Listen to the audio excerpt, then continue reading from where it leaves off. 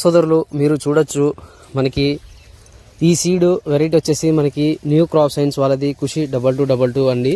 So ఇది మనకి 2222 segment అండి. మీరు చూడొచ్చు ఏ విధంగా ఉందో. దీనికి మనకి నల్లి అనేది కూడా అటాక్ అవ్వడం అనేది చాలా వరకు తక్కువగా అనేది మనం గమనించడం జరిగింది.